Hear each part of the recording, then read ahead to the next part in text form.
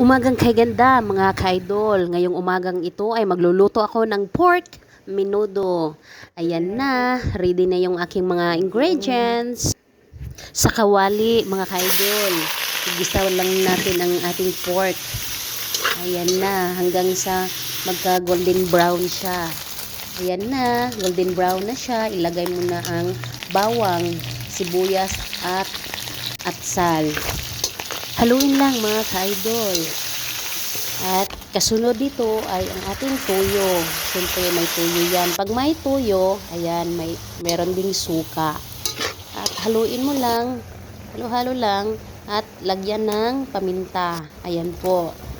At ating tidbits. At nilagyan ko ng kaunting food coloring para may kulay-kulay naman. Makulay ang buhay pag may food coloring. Ayan, isunod yung ating gulay, carrots at patatas. Ayan po, pagsamahin lang, mix-mix lang tayo mga ka-idol.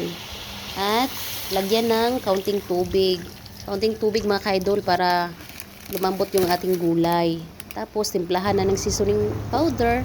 Ayan na, pag kumulo na, pag okay na, luto na, lagyan ng kaunting harina para medyo malapot siya. At sa panghuli na ang ating hands. Ayan na, luto ng ating pork menudo mga ka-idol. Super yummy po ito. Thank you for watching. God bless us po mga ka-idol.